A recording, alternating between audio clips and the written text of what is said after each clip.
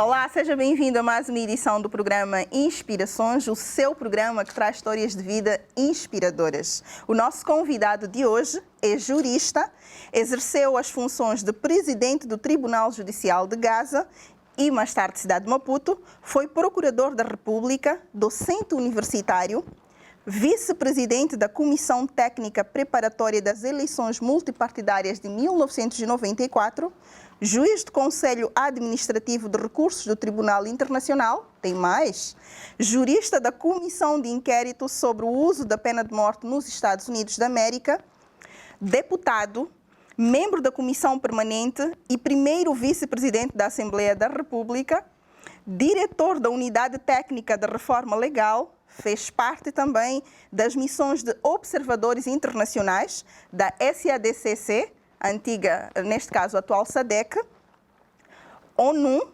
União Europeia e a Carter Center para as eleições na África do Sul, Zimbábue, Indonésia, só para citar algumas. É mesmo um percurso extenso.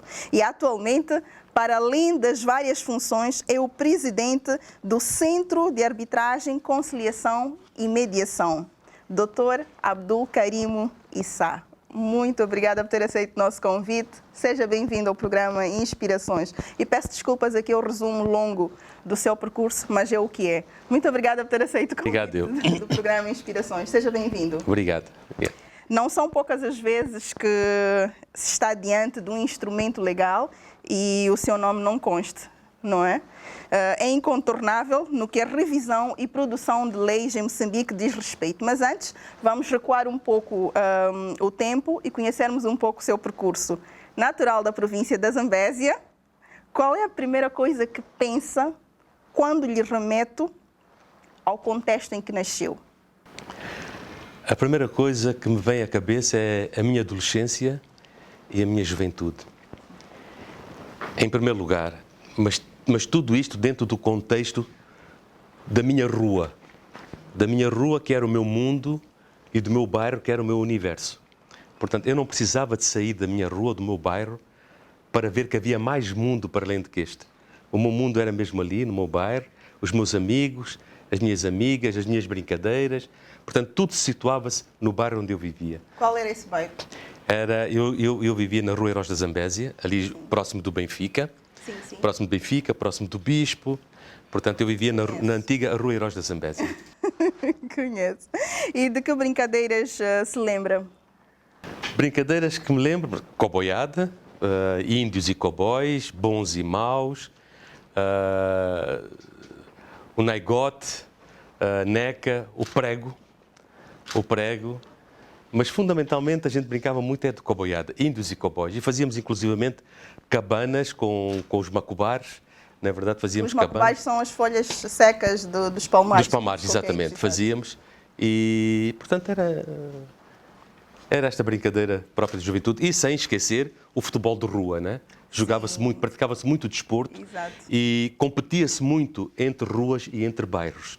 Portanto, estas eram as brincadeiras. Eu esqueci de fazer menção ao telespectador que o Dr. Abdul Karim Issa é tratado carinhosamente por Buda.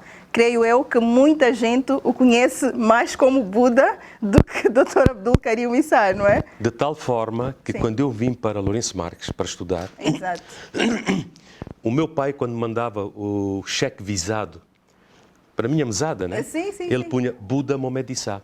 E eu não podia levantar o cheque, porque o meu nome era Abdul Karim Mohamed Issa, portanto... Mas há alguma razão? Como é que surgiu este nome Buda? Eu, quando nasci, eu nasci na Rua Heróis da Zambésia. Sim. Exatamente.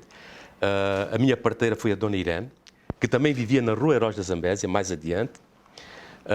E quando uma prima minha, portanto, nasci em casa, exato, uma prima minha, quando entrou para o quarto, depois de eu ter nascido, quando olhou para mim, disse, parece um Buda. E como Climane é terra de alcunhas, o meu nome ficou Buda a partir daí, até hoje. Parece um Buda, porquê? Porque eu nasci com 4,5 kg. Muito grande. E só abri os olhos quase 2, 3 semanas depois. Portanto, não abri os olhos. Portanto, 4,5 kg. De tanta gordura, não é? Exatamente. Pronto. Mas acho que o nome Buda caiu-lhe muito bem. E como é que era o seu ciclo de amizades? O meu ciclo era muito variado. Graças a Deus ainda convivo com as pessoas deste tempo. até hoje.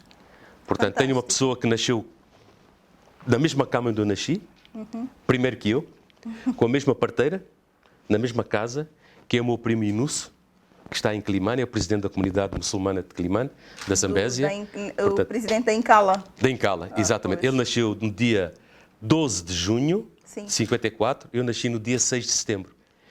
Na mesma casa, na mesma cama, com a mesma parteira e os mesmos padrinhos dele e meu. Portanto, e somos amigos até hoje. Não é? É uma pessoa muito afável, sem dúvida. O António Barros, o Inúcio, o Ilídio Diniz, o Suleiman Latif, até hoje continuamos amigos e convivemos todos os dias. Portanto, o meu núcleo de amizade, tirando aqueles que já se foram, uma pessoa com quem eu muito privei, muito convivi nas Borgas, foi o Fernando Miranda. Fernandinho Miranda. Infelizmente já se foi, com um ataque cardíaco, mas eram as pessoas do meu mundo. E como era a sua relação naquela altura com os seus pais e irmãos? Eu sou de uma família muito grande. Nós éramos 11 irmãos, mas eu só conheci 9. Houve 2 que morreram antes de eu ter nascido. Portanto, éramos uma família não tínhamos posses, uma família muito humilde. De tal forma que os meus irmãos mais velhos, quando chegavam à 5ª classe, correspondia ao quando chegavam ao 5º ano, Sim. deixavam de continuar os estudos para poderem trabalhar, para ajudarem nas despesas da casa. Portanto, isto aconteceu até o irmão que era mais velho que eu, que já faleceu, hoje teria 69, 70 anos, já faleceu. Portanto, até este meu irmão, portanto, todos os outros mais velhos pararam de estudar para que os mais novos pudessem estudar. E dos 9 vivos, eu sou o único que tenho um curso superior. E em criança, Buda, já agora, não é? Acho que é mais conhecido assim e fica mais fácil, se calhar. Buda, em criança, quem eram as suas referências e como se imaginava o seu futuro? Eu acho que em criança eu não pensava no meu futuro. O meu futuro era o meu bairro. O meu universo era o meu bairro, era a minha rua. O futuro não me dizia nada. O futuro começou a dizer alguma coisa para mim já na minha juventude. Né? Mas até lá, as minhas referências eram os grandes artistas de cinema. Como quais? Naquela altura eram o Sean Connery, Anthony Hopkins, Robert De Niro. Exato. Né? Portanto, estes eram as minhas referências. E na música, eram os Beatles, Rolling Stones, eram Engelbert Humperdinck, Tom Jones. E porquê? Porque havia em Climane, quando a gente era criança, quando eu era jovem, na minha adolescência, havia uma coisa que se chamava Hit Parade. As melhores músicas no mundo que ficavam em primeiro lugar. E eu não me esqueço de que o Let It Be dos Beatles estava em primeiro lugar há 8 semanas e de repente aparece uma música de um grupo que chamava-se Jackson 5, ABC, que destronou o Let It Be dos Beatles. E tudo aquilo por rádio, não havia televisão. Mas quem é este grupo Jackson 5? Mais tarde era o Michael Jackson, né? E destronou os Beatles que estavam há 7 semanas no Hit Parade. A nossa preocupação é saber quem está em primeiro lugar. Conhecíamos as letras todas de cor. Exato. Não sabíamos falar inglês, mas o nosso inglês era aquele inglês de rua. A gente cantava as músicas todas. As nossas referências eram artistas de cinema e os músicos. O importante era sentir a música na alma, não é? Exatamente. Mas isso foi na sua infância. Depois frisou que despertou em algum momento na sua Na minha juventude. a pensar no seu futuro, Na minha né? juventude. Eu despertei na minha juventude. Eu quis ser advogado. Desde cedo, desde a juventude? Não, na minha juventude. E por uma razão muito simples. Por causa de um crime famoso em Climane chamado o crime do Poço.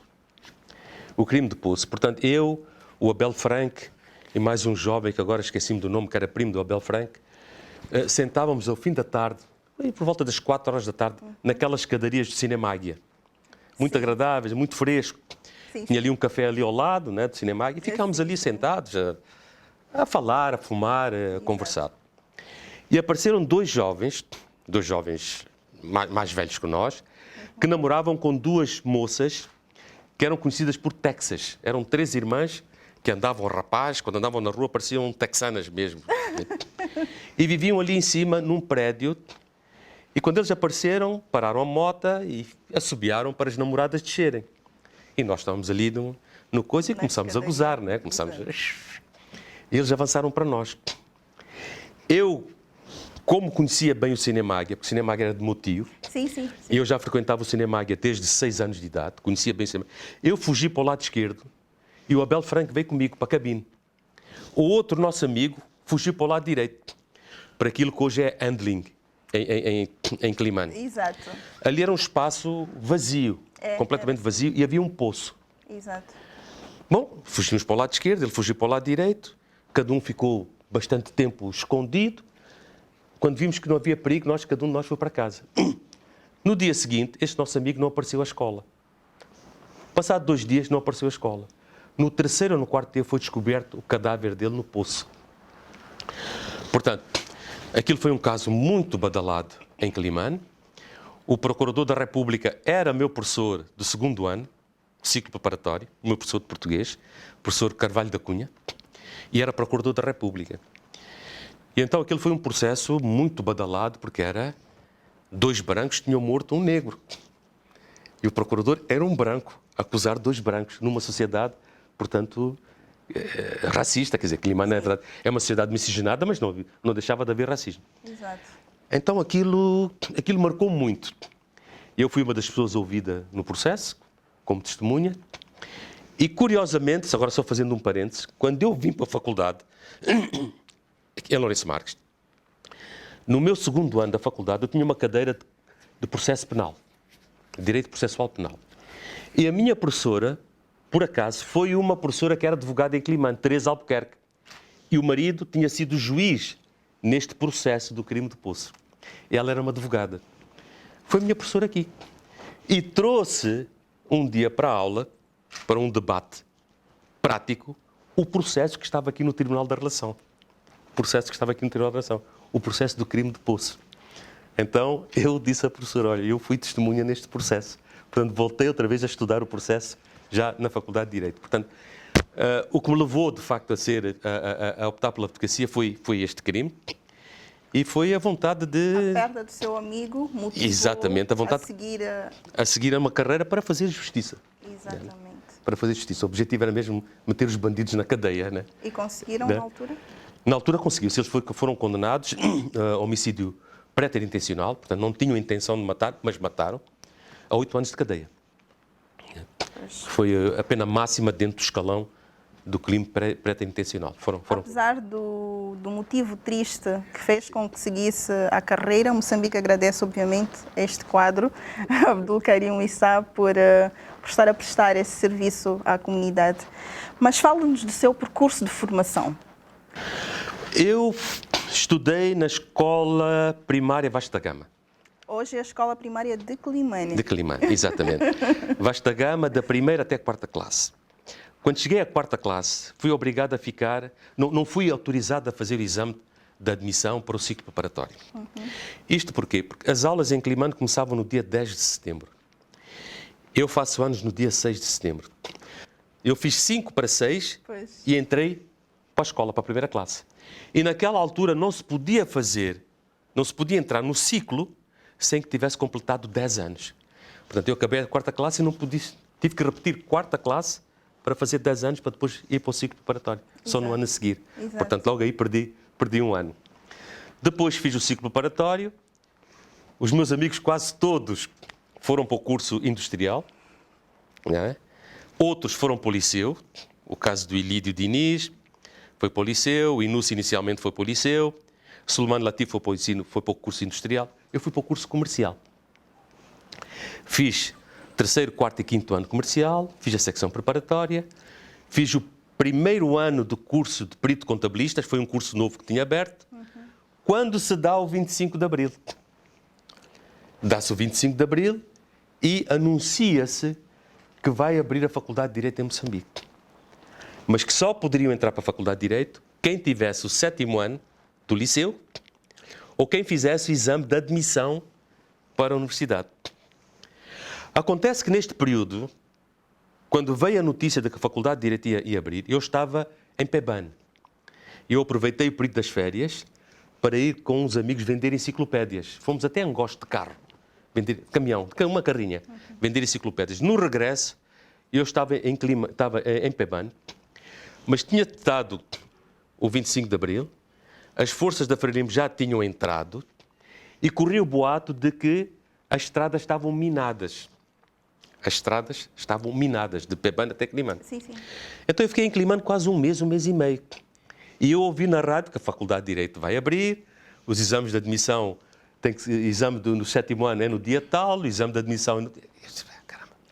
Até que ganhei coragem, meti-me no carro e regressei a Climane quando faltavam 15 dias para o dia dos exames. Então eu, como aluno externo, fiz o 7º ano, fiz as cadeiras que eram precisas, dispensei o 7º ano e dispensei a aptidão à universidade. Entrei diretamente para a universidade. Perfeito. Em 75, janeiro de 75. E de seguida? De seguida, fiz, portanto, o 1º e o 2º ano. Naquela altura, era preciso interromper o estudo. Havia um decreto, 1976, sim, que dizia que as pessoas que tinham um curso com bacharelato, que era o meu curso, fazia 2 anos, adquiria o grau de bacharelato, tinha que interromper os estudos, tinha que ir trabalhar durante 2 anos e, passado 2 anos, voltava para concluir o estudo. Exato. Era a política de juntar a prática à teoria. Exato. Só que eu, em 77, fui nomeado Procurador da República, junto ao Tribunal de Polícia. Da independência. Né? Exatamente, ainda estava a estudar e já era Delegado Procurador da República. Isto por uma razão histórica, que eu depois vou explicar. Sim. Então, fui para a província de Gaza, como juiz. Em vez de voltar 2 anos depois para concluir o curso, fiquei 7 anos. Portanto, isto porquê? Porque E porquê que eu fui procurador? Eu fui o magistrado mais novo do país. Mais novo que eu até era o Zé Norberto Carrilho. E eu e ele éramos os magistrados mais novos do país. Eu, com 22 anos, era procurador da República. Ux. Por uma razão muito simples, porque nós, quando entramos para a Faculdade de Direito, éramos 475 alunos no 1º ano. Em 75 é publicado um decreto-lei que nacionaliza a saúde, a educação e a advocacia privada. Dos 475 ficamos reduzidos a 200 alunos. Muita gente abandonou o país. E também advogados, procuradores, juízes abandonaram o país. Em 1976 é aprovado um outro decreto que nacionaliza os prédios de rendimento. Então, ficamos apenas 20 ou 25 pessoas numa classe que eram 400 e tal pessoas. E isto levou os técnicos todos que havia em Moçambique, juízes, procuradores, advogados, todo mundo. Então, o Ministério da Justiça foram, a Faculdade de Direito, foram buscar, disse, para você, os moçambicanos que estavam lá, não precisamos para ser procurador, Ali Dalto, você também é procurador, Afonso Armindo Henrique Fortes, você também vai para procurador, Norberto Carrilho, João Carlos Trindade, fomos assim. Não tivemos a oportunidade de escolher, eu queria ser advogado, portanto, de um dia para o outro vim. Pois, era o contexto também. Era o contexto naquela altura. Fui nomeado delegado procurador da República com 22 anos. Mas depois conseguiu terminar os estudos? Sim, depois voltei. Quando voltei, a Faculdade de Direito estava encerrada. Né? Estava encerrada a Faculdade de Direito, Samora... Né? Já não havia professores, não, naquela nobre... Aquela decisão que Samora tinha tomado de encerrar a Faculdade de Direito em 1983. Mandou encerrar a Faculdade de Direito. Eu voltei em 85. 7 anos depois, a faculdade estava encerrada. E voltei como juiz-presidente do Tribunal da cidade de Maputo. Bom, quando cheguei, 85, bom, a faculdade está encerrada, mas 86, disse, não pode ser. Então eu dirigi um abaixo-assinado, né, ao presidente Samora, através do Ministro da Justiça, dizendo, olha, eu não tenho culpa, eu e meus colegas, juízes, procuradores, não temos culpa da Faculdade de Direito de estar encerrada. Nós estávamos fora de Maputo. Nós estávamos a cumprir as tarefas da Revolução. Exatamente. Não podemos ser punidos agora, por razões que a gente desconhece, né? Então, Samora deu ordens para reabrir a Faculdade de Direito. Eu fui nomeado presidente da Comissão Instaladora, tivemos que montar a Faculdade de Direito, que, entretanto, estava ocupada pela Facotrave, foi uma faculdade dos antigos combatentes, foi criada, entretanto. Arranjar instalações, arranjar professores, e assim Em 1987 reabriu-se a Faculdade de Direito. Grande revolução. Exato. Depois concluí o curso. 87, 89 concluí o curso. Parabéns pelos feitos, Abdul. Vamos continuar a nossa conversa. Vamos, sim, senhora. Mas antes, curtíssimo intervalo e voltamos logo de seguida. Não saia desse lado porque tem muito mais com Abdul Karim Issa, carinhosamente conhecido por Buda. Até já.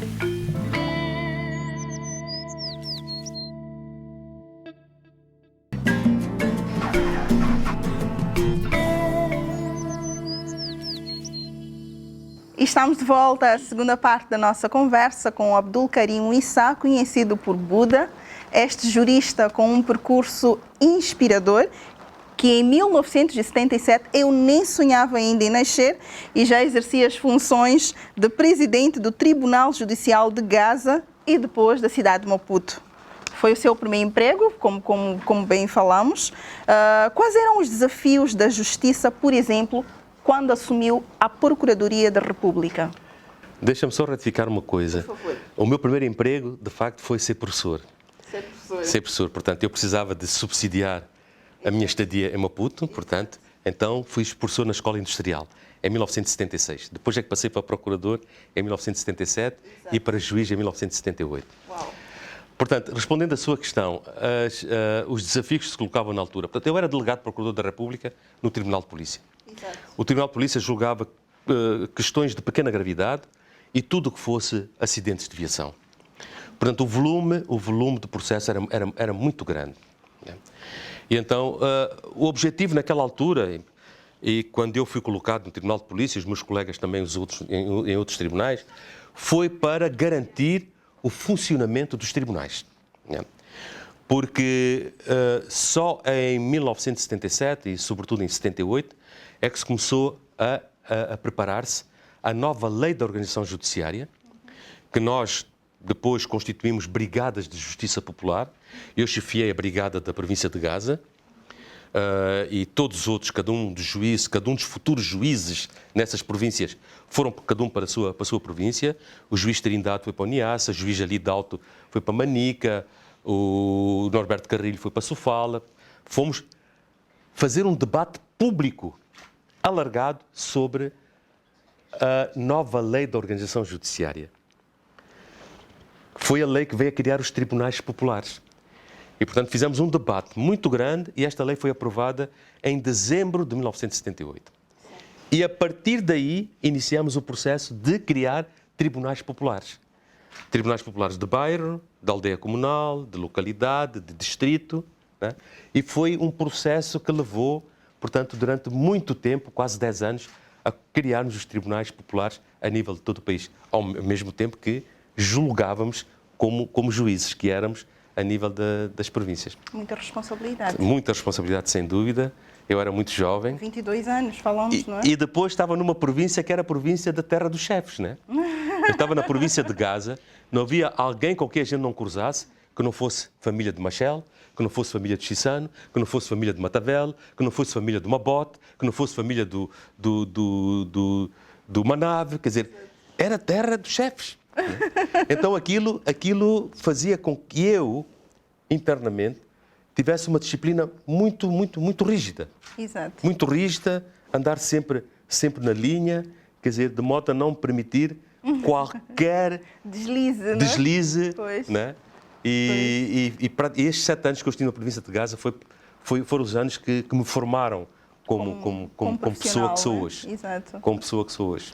Vivendo e trabalhando na terra dos chefes, como bem fez menção, a província de Gaza, como reagia quando algum tipo de crime era relacionado a um familiar ou mesmo a estes chefes? Eu tive talvez uns 3 casos de experiência pessoal. Um que recebi um telefonema, né, para tratar de uma forma diferente um processo. Eu respondi que não, eu obedeci à lei, obedeci à minha consciência, portanto... Correto. E não aconteceu absolutamente nada. Exato. Outra, Samora tinha feito uma ofensiva política organizacional, 1981, 81, Exato. em todo o país. Exato. Muita gente foi presa por negligência, assambarcamento, sobretudo assambarcamento. Vivia-se um período de muita carência, então assambarcava-se muito. Pois. E houve houve um familiar do presidente Samora Machel, em Chocó, que tinha uma padaria e que foi condenado por especulação pelo juiz Mousanha, na altura juiz do distrito de Chocó. Exato. Acontece que Samora, janeiro, fevereiro, normalmente ia passar as férias a Chilembene. Eu, como juiz, era uma das pessoas que ia receber o presidente. Acompanhava até casa, eu, o governador, o comandante da polícia, acompanhámos até casa, ficámos ali um pouco na conversa e depois regressávamos. Então, o presidente informou que tinha um familiar preso e, portanto, se haveria algum inconveniente de essa pessoa poder vir falar com o presidente. De maneira nenhuma. Dei instruções ao juiz do distrito para emitir um mandato de soltura e acompanhamento da pessoa para falar com o presidente. E eu regressei ao Xaxai. Quando chego ao Xaxai à noite, o juiz telefona-me a dizer: oh, Sr. Juiz-Presidente, aquele réu não regressou à cadeia porque passou por aqui o irmão do presidente a dizer que, por instruções do presidente, ele não podia regressar à cadeia, tinha que ficar solto. Eu disse: olha, está bem, faça-me lá isso por escrito. Ele fez-me isso por escrito. Eu fiz um ofício para a Presidência da República. E o Presidente mandou responder ao meu ofício, a dizer: eu não dei instruções nenhumas para soltar. Capture-se e ponha na cadeia novamente. Portanto, de uma transparência, de uma integridade impressionante. Outro caso que eu tive foi com o próprio governador da província. O próprio governador da província, porque durante a ofensiva foram presos os tubarões da província de Gaza. Eu julguei os tubarões, condenei-os, mas naquela altura a minha mulher estava a acabar o estágio de medicina. E eu tinha autorização do Ministro da Justiça para poder vir aos fins de semana visitar a minha mulher. Exato. E quando eu regressava, tinha informação de que aquelas pessoas tinham sido autorizadas a sair da cadeia, para irem ao baile no Clube de Gaza, para irem a fazer tudo, quer dizer, pode ser. Então, eu tive que tomar medidas drásticas, Com certeza. né? Tive que transferir aquelas pessoas para outras províncias, para outros distritos, e depois isso criou-me problemas, clivagens com o governador, atritos com o governador, de tal forma que eu fui obrigado, por outras coisas também que este governador tinha feito na altura na província de Gaza, portanto, coisas ilegais, oficiei a Presidência da República. Portanto, houve um inquérito dirigido pelo então diretor do SENASP, Jorge Costa, mas um inquérito assim muito clandestino, sem dizer o que é que vem cá fazer. Andou por ali durante um mês a falar comigo, a falar com o diretor provincial da Segurança, a colher informações. Passado algum tempo, veio o inspetor de Estado, na altura, Raimundo Pachinoapa, que trabalhava diretamente com o Presidente da República, também a fazer o seu trabalho, a tirar informações. E no dia 7 de abril de 1982, apareceu o Óscar Monteiro, o ministro Óscar Monteiro. Sim. Foi obrigado a pôr o governador perante uma multidão de 10 mil pessoas para ele relatar todas as ilegalidades que tinham cometido na província de Gaza. E saiu de lá acompanhado para Maputo. Para Maputo. Quem ficou lá como ministro residente foi o Óscar Monteiro. Histórias bastante inusitadas mesmo. Exatamente. E em 1994, continuando aqui ainda no seu percurso, Buda, em 1994, primeiras eleições multipartidárias, não é? Em Moçambique, e fez parte da Comissão Técnica Preparatória. Fale-nos desse momento de construção ou consolidação das bases para a democracia. Nós estávamos ainda, o governo de Moçambique ainda estava a ter conversações com a Renamo em Roma. Exato. Então, em 1991, o presidente Chissano deu instruções ao Ministro da Justiça, disse: olha, vocês têm de começar a pensar, mais dia menos dia nós vamos chegar a acordo com a Renamo, vamos ter eleições multipartidárias. A gente não sabe o que é isto de eleições multipartidárias. Nós nunca fizemos eleições multipartidárias. Então, comecem-se a organizar, comecem-se a preparar para isso. E então, eu fiz parte de um grupo, éramos 3 pessoas, andamos pelo mundo a assistir eleições, mas sobretudo em zonas onde tinham havido conflitos. Como era o caso de Moçambique. Como era o caso de Moçambique. Fomos a Nicarágua, onde tinha havido um conflito muito sério. Fomos ao Zimbábue, fomos à África do Sul, fomos a Angola, fomos a Malásia, Sarawak. né? Fomos à Austrália. A Austrália não era por causa do conflito. A Austrália fomos visitar a zona dos aborígenes. Sim. Uma zona muito pouco desenvolvida, para saber como é que se faz eleições numa zona pouco desenvolvida, como era o caso de Moçambique. Né? Fomos a Sarawak, uma zona onde chove muito, com comunicações muito frágeis, comunicações rodoviárias, tudo do péssimo, para ver como é que se faz eleições nessas circunstâncias. E então preparámos um relatório muito grande que submetemos ao Conselho de Ministros e depois, com base na experiência que nós tínhamos, entretanto deu-se o Acordo de Roma, iniciou-se o processo de discussão da lei eleitoral, da qual eu fiz parte, portanto durante demorou uma infinidade de tempo a discutir com a RENAM a lei eleitoral e preparámos assim a primeira lei eleitoral, que foi a lei que dirigiu as primeiras eleições multipartidárias em Moçambique. Muito bem, muito bem. E foi essa sua experiência neste processo todo que o levaram a fazer parte, por exemplo, das missões de observação internacionais? Sim, foi isto exatamente, porque para além de ter ido às zonas de conflito, nós éramos convidados, eu fui convidado para ir assistir às eleições do Bill Clinton, quando ele foi eleito. Fui convidado a ir assistir eleições do Filipe González em Espanha, quando ele foi eleito. Portanto, zonas onde não havia conflito, mas éramos convidados para ir através das embaixadas que aqui estavam. Portanto, o nosso nome estava nas embaixadas. E quando era preciso, portanto, ser observador em qualquer parte do mundo, nós éramos convidados para isso. E eu fui convidado, integrei a equipa do Jimmy Carter, por exemplo, quando foi a primeira eleição também democrática na Indonésia. Integrei, portanto, a equipa do Jimmy Carter e integrei a equipa do vice-presidente da Nigéria, quando foi para o Zimbábue.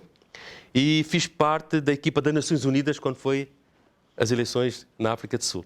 Portanto, isto porque, de facto, eu tinha estado ligado às eleições, tinha um contacto muito grande com todas as embaixadas aqui e isto certamente indicava um bom nome para... E também pela boa conduta que mostrou durante este período todo, não é? Bom, isso, acho que sim. Acho que sim. É modesto, mas é isso mesmo. E em que circunstâncias entra para o Parlamento como deputado, membro da Comissão Permanente e primeiro vice-presidente da Assembleia da República? Isso merecia um livro. Merecia, e já estávamos a falar sobre isso no intervalo. Há necessidade de termos um livro mesmo a falar sobre o presidente da República precisava que 2 jovens da Zambésia fizessem parte da lista da Frelimo para deputados a nível da província da Zambésia. Exato. E tinha chegado a informação ao Presidente da República, a única pessoa que podia convencer essas 2 pessoas era eu. Um deles era Yunus Ismail, que eu já contei, cresceu comigo, e outro era Abdulhamid, que já faleceu. Sim. Também pessoa muito, muito ligada a mim. Porque o falecido Bonifácio Gurveta tinha tentado, não conseguiu. O Mansur Ibrahim Assam tinha tentado, não conseguiu. Ninguém conseguia. Então eu fui na delegação do Presidente da República, que o Presidente da República ia fazer uma visita aberta à presidência da Zambésia, e eu fui com essa missão.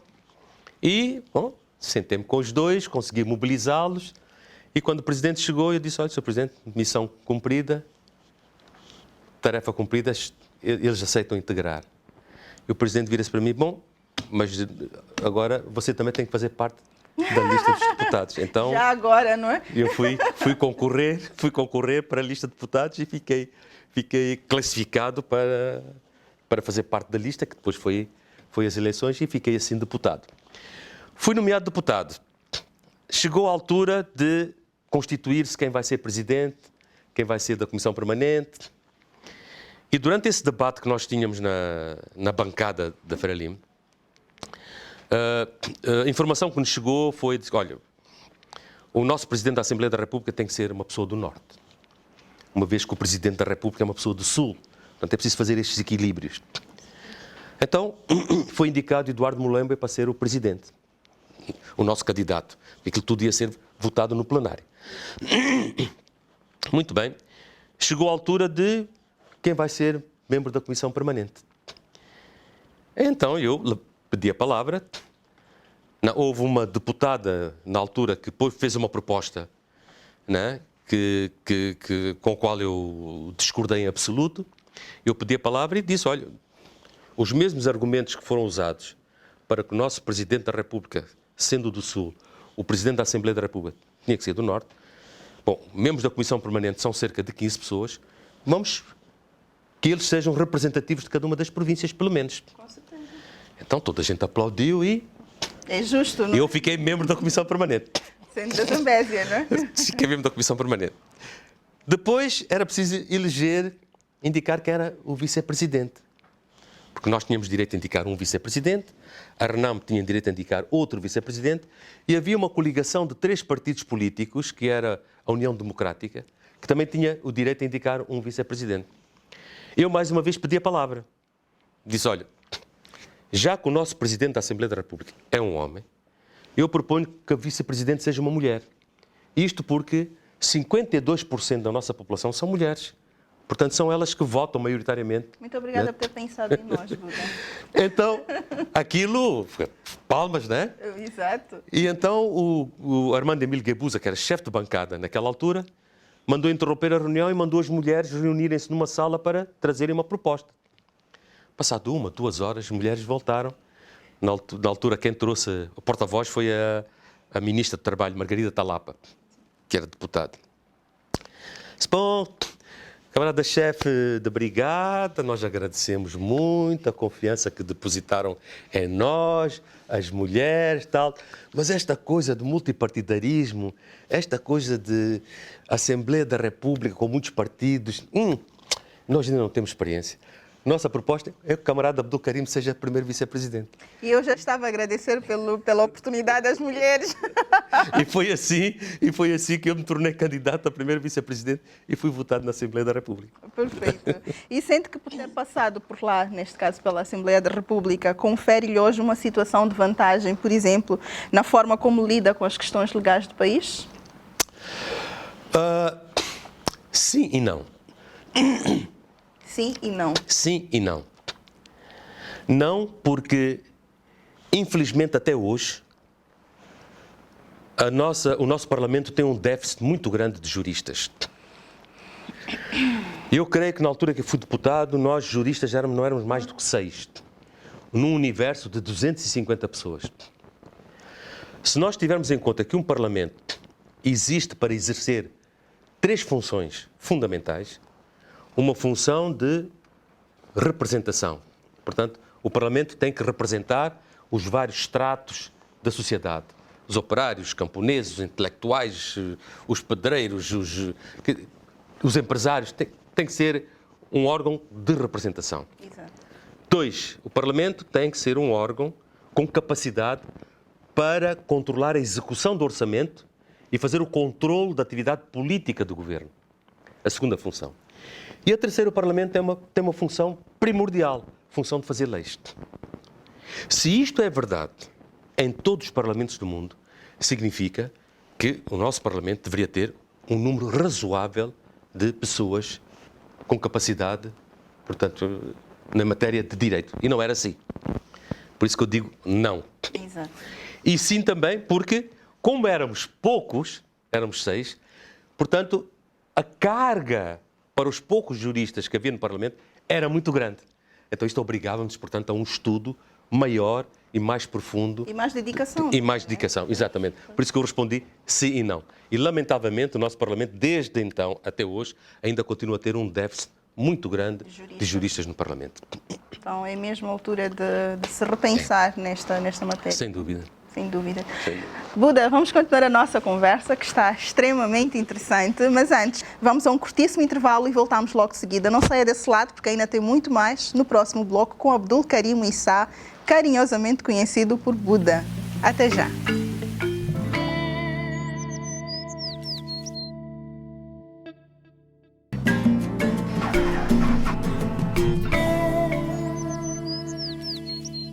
Estamos de volta ao terceiro bloco da nossa conversa com Abdul Karim Issa, conhecido por Buda, este moçambicano da província da Zambésia, com um percurso bastante inspirador. Realçar que era necessário a temporada inteira do programa Inspirações, neste caso os 26 programas, para falar sobre o percurso do Abdul Karim Issa, porque realmente há muito por partilhar. Mas, infelizmente, vamos fazer um pequeno resumo daquilo que foram os principais momentos da sua carreira, do seu percurso profissional. Pedimos imensas desculpas por isso, Buda. Eu sei que precisaríamos de muito mais tempo para falar sobre o seu percurso, que, de certa forma, não tem como evitar falar algumas outras situações, mas continuando aqui a nossa conversa, consta do seu percurso profissional a função de juiz do Conselho Administrativo de Recursos do Tribunal Internacional e jurista da Comissão de Inquérito sobre o Uso da Pena de Morte nos Estados Unidos da América. Fale-nos dessas duas experiências e como prestou o seu contributo. Primeiro fui designado para representar Moçambique, integrando o grupo de juízes do Tribunal Administrativo do PTA. PTA é uma coisa que existia antes da SADC. Exato. Era Preference Trade Area, portanto Moçambique pertencia à área do comércio preferencial da África Oriental. E tinha um Tribunal Administrativo que apreciava os recursos que eram apresentados pelos Estados. Sim. E exerci, portanto, durante 2 mandatos e os julgamentos aconteciam aqui na Suazilândia. Depois, fui convidado, já em 1990, 91, fui convidado para fazer parte de um painel de juízes que, em Boston, portanto, foram julgar a pena de morte nos Estados Unidos.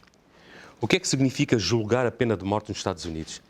Significa, portanto, ouvir testemunhas, pessoas que estiveram no corredor da pena de morte, pessoas que foram condenadas à pena de morte e que depois, mais tarde, veio-se a descobrir que eram inocentes, pessoas que tiveram 20, 30 anos a interpor recursos e que depois, através das novas tecnologias e, sobretudo, com DNA, veio-se a provar que ele não podia ter cometido aquele crime. Através destes interrogatórios que a gente fez a várias pessoas, então cada um dos juízes teve que dar a sua sentença. E, portanto, eu dei a minha sentença, portanto, condenando a pena de morte nos Estados Unidos, e a sentença de cada um foi publicada num livro, portanto, que eu tenho comigo guardado. Uau! Belo contributo, sem dúvida. E foi importante para mim, porque eu tinha uma ideia de que o bandido, aquele que mata, aquele que viola, é preciso enforcar, é preciso matar, é preciso tirar a vida. Eu tinha esta ideia, não é? Mas, de facto, depois de ter ido para os Estados Unidos e ver os erros judiciários que foram cometidos nos Estados Unidos ao longo da história, né? Alto aí, é preciso ter cuidado. E mudei completamente a minha posição relativamente à pena de morte. Pois, um belo contributo, sem dúvida. E acha que este é um exercício que os juristas hoje deveriam estar expostos? Quer dizer, hoje, naquela altura, a pena de morte era praticada. Inclusive em Moçambique, nós praticamos a pena de morte até 1986. Né? A partir de uma certa altura, a nível das Nações Unidas, a pena de morte passou a ser condenada. Né? E o direito à vida passou a fazer parte de várias constituições. É verdade que a luta que se fazia há 20, 30, 40 anos contra a pena de morte já não é a mesma de hoje. Mas sem dúvida que é preciso fazer a reflexão sobre isto. Porquê? Porque há muitos países que estão a recuar, que aboliram a pena de morte e estão a voltar a introduzir a pena de morte. Portanto, é preciso sempre fazer uma reflexão sobre esta matéria. Pois, sem dúvida. Muito bem. E a exemplo do que aconteceu com a pandemia, que tivemos ao longo dos anos, vários outros desafios como país, qual foi o que mais lhe marcou e que exigiu de si como profissional durante este período da pandemia? Eu sempre estive ligado a reformas. Até hoje, né, estou ligado a reformas legais no país.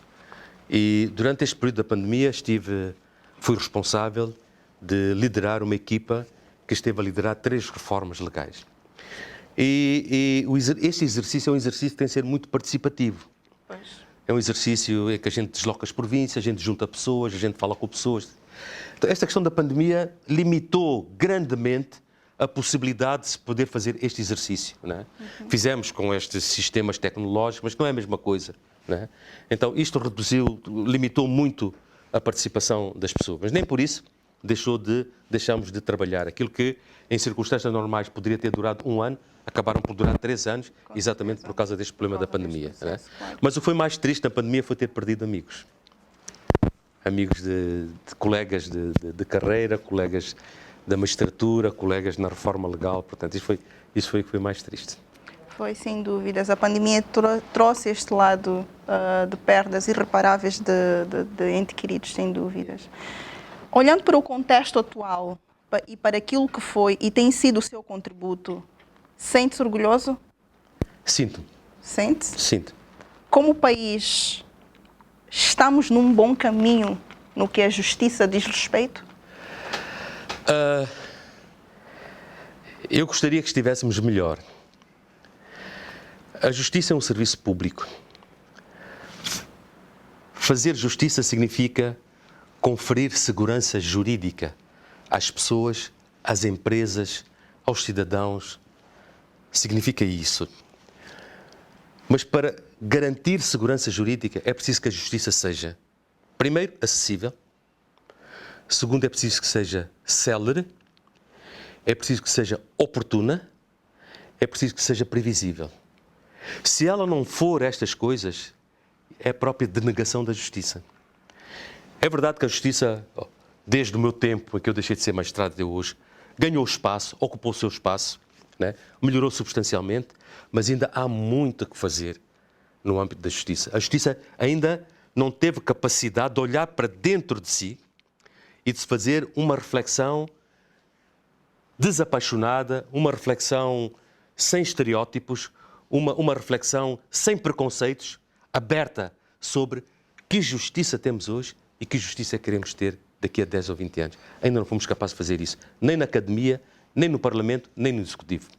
Esse debate, quando existe, é dentro das próprias corporações. Mas não pode ser aí. Ele tem que começar aí, mas tem que vir cá para fora, tem que vir para a sociedade. É um debate que tem que ser feito a nível da sociedade. E vamos torcer para que possamos estar no bom caminho, sem dúvidas. Sem dúvidas. Sem dúvidas. E há alguma coisa a nível profissional que, se tivesse oportunidade hoje, faria diferente? Se eu tivesse tido a oportunidade de poder ser advogado, mas como não tive a escolha, portanto eu digo que não faria nada diferente, faria exatamente o que eu fiz. Perfeito. É pai? Que valores tenta transmitir aos seus filhos? Valores de trabalho, honestidade, integridade.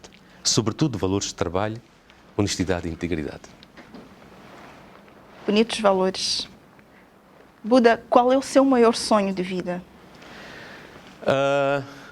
Educar as minhas filhas já eduquei. Instruí-las já instruí. Agora é tomar conta dos meus netos. E quando olha para o seu país, este país que muito contribuiu ao longo da sua carreira, desde os seus 22 anos, não é? Quando olha para o seu país, Moçambique, qual é o seu sonho para ele? Eu gostava que Moçambique vivesse o sonho da paz. Eu gostava que Moçambique estivesse reconciliado, né? É verdade que, tirando o foco que existe em Cabo Delgado e o foco que houve na zona centro do país, Moçambique experimentou durante um certo período, viveu em paz. Em harmonia, pois. Mas o problema que a gente tem que perguntar é, mas o país estava reconciliado? Eu acho que não. Nós estávamos em paz, mas ainda não tínhamos dado, ainda não demos aquele abraço forte da reconciliação que nós temos que dar. Ainda há muita intolerância. Né? É preciso quebrar, é preciso construir pontes, é preciso haver muito diálogo e é preciso cada vez mais respeitarmos o outro como respeitamos a nós mesmos. Sem dúvidas. E bonito sonho para Moçambique, neste caso para o nosso país. Buda, o que lhe inspira? O que é que me inspira? Esta é uma pergunta difícil, sabe? Quando o Samora era vivo, era o Samora que me inspirava. Quando o Mandela era vivo, era o Mandela que me inspirava. Quando o Fidel Castro era vivo, era o Fidel Castro que me inspirava. Agora, o que é que me inspira? Os valores que eles deixaram. Valores da humanidade. Respeito pelo homem, respeito pela vida, respeito pelas pessoas, respeito pelo povo. Abdul Karim Issa, como eu disse, foi muito pouco tempo de conversa para falar sobre o seu percurso inspirador, este contributo todo que deu para Moçambique ao longo dos anos. O telespectador vai se lembrar no início que fiz menção que é impossível falar de leis neste país sem citar o nome de Abdul Karim Issa. Só para fazer menção a algumas leis na qual esteve envolvido, temos aqui a revisão do Código Penal 2002 a 2006, revisão da Lei dos Tribunais Comunitários, a Lei da Probidade Pública, revisão do Código do Processo Penal 2, 2006, elaboração do Código das Custas Judiciais, enfim, só para terem uma ideia, uma imensidão de leis aqui associadas ao nome Abdul Karim Issa Buda. Fala-nos um pouco deste processo. Bom, eu durante quase 10 ou 12 anos dirigi a Unidade Técnica de Reforma Legal. Exato. Quando deixei o Parlamento, portanto, o Primeiro-Ministro Pascoal Macumbo, na altura, pediu para eu dirigir e para tomar conta da revisão das leis estruturantes do país. Exato. Né? E então o meu percurso foi, de facto, pegar nos grandes códigos, né, constituir equipas e elaborar estes códigos que estão em vigor neste momento. Eu gostaria de destacar a Lei da Probidade Pública, porque é uma lei que era preciso pôr um travão em termos de probidade, em termos de idoneidade, em termos de honradez, né, a nível do serviço público. Exato. É verdade que não basta fazer uma lei para a gente resolver todos estes problemas, né? Mas é um ponto de partida. Com certeza. É um ponto de partida para prevenir os conflitos de interesses que existem, para prevenir o enriquecimento ilícito que existe, o aproveitamento do bem público, né? Esta lei, para mim, foi uma lei especial. Foi uma lei especial que deu muito barulho aqui na sociedade, né? E que agora está em processo de revisão. Portanto, uma lei nunca é perfeita. Portanto, passado algum tempo da sua aplicação, ela exige que seja revista, né? Está neste momento em processo de revisão. Mas foi a lei que mais me marcou dos últimos tempos. Nos últimos tempos, sem dúvidas. Abdul Karim Issa, eu vou pedir para que deixe ficar cá uma mensagem para aqueles jovens que olham para si, não só os que fazem ou estão nesta carreira de direito, nós também que fizemos outros cursos, obviamente, quando olhamos para si, sentimos uma grande honra, um grande orgulho de ter um moçambicano que contribuiu muito com o nosso país, principalmente nesta questão das reformas legais. Buda, deixe ficar uma mensagem para aquelas pessoas que olham para si e se inspiram. Por favor. Bom, para estes jovens eu gostava só de dizer que a vida é feita de escolhas. Né? A vida é feita de escolhas.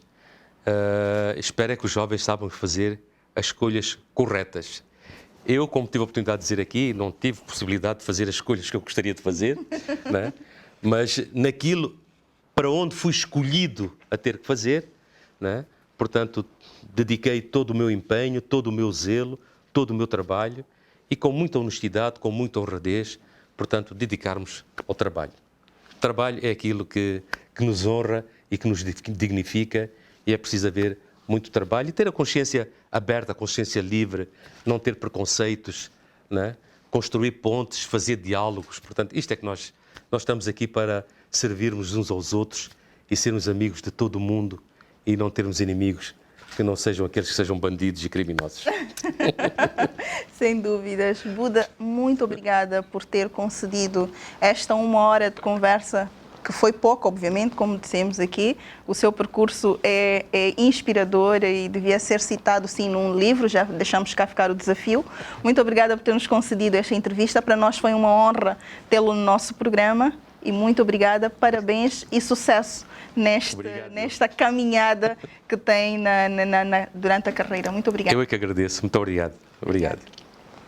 E assim foi a nossa conversa com Abdul Karim Issa, carinhosamente conhecido por Buda, este moçambicano da província da Zambésia com um percurso inspirador. Deixou cá ficar uma mensagem que vale a pena lembrar. O trabalho nos honra, dignifica. E esperamos que tenha aprendido muito com Abdul Karim Issa carinhosamente conhecido por Buda. Eu paro por aqui com a promessa de voltar na próxima semana com mais inspirações. Até lá, continue a acompanhar as nossas páginas Facebook, Instagram, YouTube. Muito obrigada pela sua atenção e pela audiência.